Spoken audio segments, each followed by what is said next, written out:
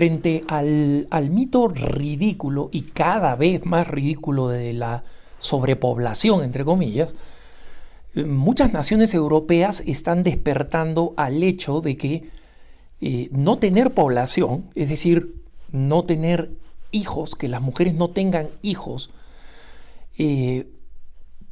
por encima de la reposición poblacional, eso significa que exista un nuevo ciudadano, un nuevo hijo, un nuevo bebé, por lo menos por cada uno que se muere, ¿no? Por cada ciudadano que se muere, para que se mantenga el nivel poblacional. Idealmente es tener una ligera tasa de crecimiento poblacional, porque mantiene la población en una estructura de pirámide, ¿no? Es decir, con la gente más anciana en la punta de la pirámide y con gente más joven en la base de la pirámide.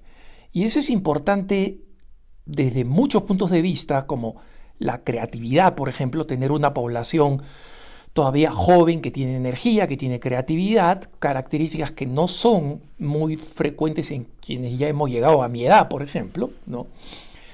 Pero especialmente es muy importante en los países como Canadá y Europa, que dependen de la seguridad social. Es decir, que para pagar las pensiones de retiro de los ancianos necesitan una base que siga trabajando y que siga pagando impuestos.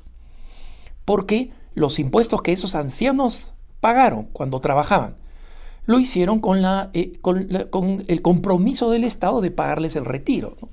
Entonces, algunas naciones, como el Reino Unido, por ejemplo, tiene una tasa de natalidad tan baja que o están pensando recortar la pensión de los ancianos, ¿no? Y los ancianos dicen, ¿por qué me van a recortar la pensión? Yo pagué mis impuestos como me los pedía el Estado, impuestos altísimos, y ¿por qué? Consecuencia de una mala administración, en realidad porque no hay hijos, digamos, ¿no? O sea, entonces no hay jóvenes, entonces no hay gente que trabaje, entonces no hay gente que pague impuestos. Me van a rebajar lo que originalmente yo estaba esperando. Yo calculé mi vida en base a esos ingresos. La otra alternativa es que a las personas que les habían dicho te vas a retirar a tal edad, 65 por ejemplo, o 68, ahora se tienen que retirar a los 70 o a los 72. Entonces dicen, oye, mira, es muy distinto retirarme a los 60 y tantos que retirarme a los 70 y tantos. Esta situación problemática ha llevado a que, a diferencia de lo que hacen los desquiciados del Fondo de Población de las Naciones Unidas, que quieren seguir controlando nuestra población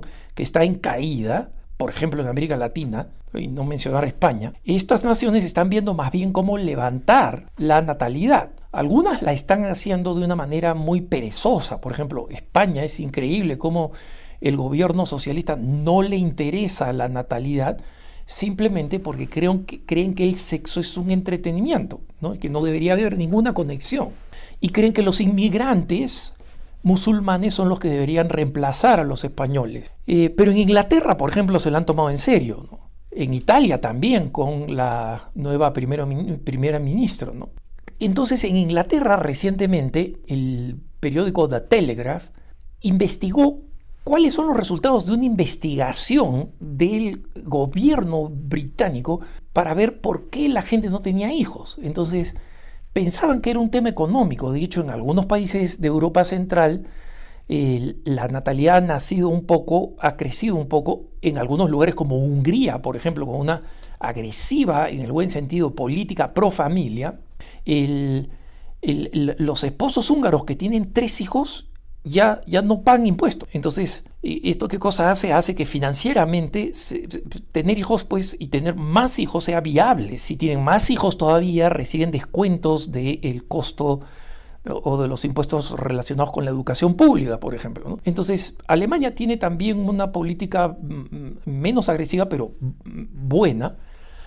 Sin embargo, no ha estado funcionando como se esperaba. Y en Inglaterra, el Estado se ha quedado medio atónito porque ha descubierto que no tener hijos ya no es un problema económico y que el problema económico nadie puede tener hijos, ¿no? Es imposible con lo que cuestan las casas, con lo que cuesta el departamento, con lo que cuesta mantener a los hijos, es imposible. O sea, la razón económica, entre comillas, no es real. Un estudio europeo muestra que para el 2100 la población de los países desarrollados, por lo menos en 20 países desarrollados, la población se va a cortar a la mitad. O sea, al final de este siglo, la población de Alemania, Inglaterra, de España, de Italia, se va a reducir a la mitad. La población de Canadá, la población de Cuba. Y Cuba no está contado entre las naciones desarrolladas, ¿no? Entonces, han comenzado a ver la influencia que tiene el tema cultural. Específicamente, el gobierno se puso a estudiar la influencia en redes sociales.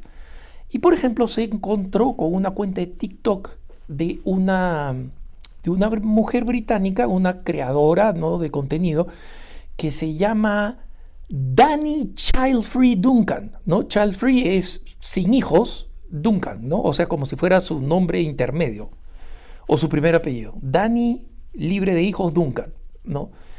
Y tiene un video que pone como ejemplo este artículo en The Telegraph, donde ella dice: qué delicioso despertarse en la mañana en un departamento bien ordenado, silencioso, y donde después de despertarte tienes la posibilidad de dar vueltas sin que nadie te interrumpa.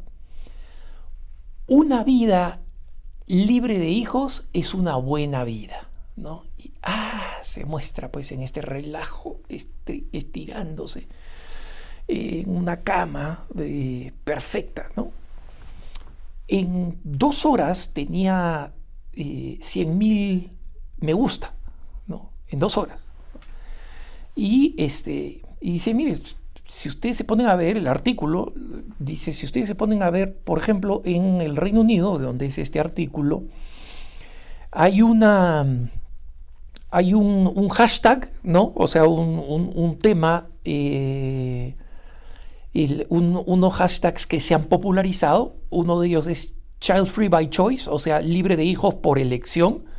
Y otro hashtag que es Not Having Kids, no teniendo hijos. Mira, hay estas propagandistas que en el fondo nosotros no sabemos cómo se sienten. No sabemos si la vida exterior de la que hablan es solamente una máscara, ¿no? Porque hay una productora de contenido, por ejemplo, que es mencionada en este artículo, que dice: todos aquellos que pronosticaron que yo como millennial me iba a sentir solitaria al no tener hijos, están equivocados. Me siento muy bien.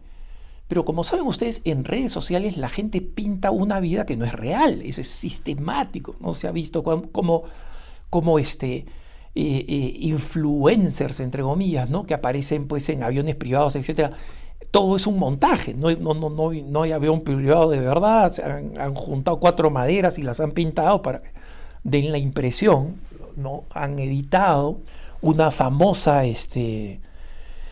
bloguera de viajes, y fue descubierto que, o sea, nunca había estado en los lugares donde decía que estaba, y lo descubrió un experto en Photoshop, o sea, en este programa para editar imágenes, ¿no?, en la computadora, que curiosamente siempre aparecían las mismas nubes en los cielos de las distintas partes del mundo donde supuestamente estaba. Y hay casos más trágicos de personas que estaban estoy viviendo la buena vida, la vida ideal, la vida perfecta, y que de pronto se suicidan, ¿no?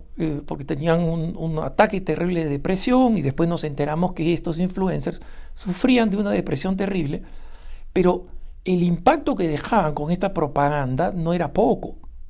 Y la manera como está influyendo en muchos jóvenes que creen que trabajar es simplemente una transición para entrar al mundo de influencers y hacer lo que a mí me gusta y divertirme haciendo dinero, es un mito, pero es un mito muy poderoso. Y ese mito incluye que tener hijos es todo lo opuesto a una vida, entre comillas, exitosa. El asunto es que hay algunas proyecciones que son realmente catastróficas en términos de población. Y la autora de este artículo en The Telegraph dice: mira, los gobiernos pueden promover políticas Pero, ¿cómo cambias la cultura? ¿No? Y acá viene el gran debate que es un poco como si, ¿qué es primero, el huevo o la gallina? ¿No? Algunos dicen, mira, la cultura es el huevo y la política es la gallina, ¿no? El huevo está primero, la gallina está después. Pero hay otros que dicen que no, que, o sea, la política, las leyes, por ejemplo, etcétera, terminan influyendo en la cultura. Ahí donde se aprueban leyes que son contrarias a los buenos hábitos, las virtudes, terminan creando una sociedad corrupta, ¿no? Entonces, personalmente creo que se influyen mutuamente y creo que la cultura es más importante porque incluye aspectos mucho más amplios que la política. Pero hay una interacción en las dos direcciones, ¿no? La política influye en la cultura influye o determina la política, ¿no? Entonces, a medida que la política, este tema se va convirtiendo en algo urgente, tangible, y en consecuencia la verdad se termina imponiendo sobre la ideología antivida, la realidad, la necesidad de tener población para que una nación subsista, ¿no?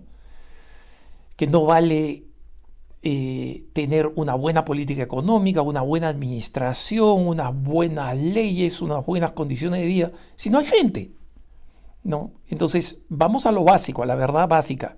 Se necesitan seres humanos, se necesitan hijos nacidos de papá y mamá, porque no hay otra forma de tener hijos.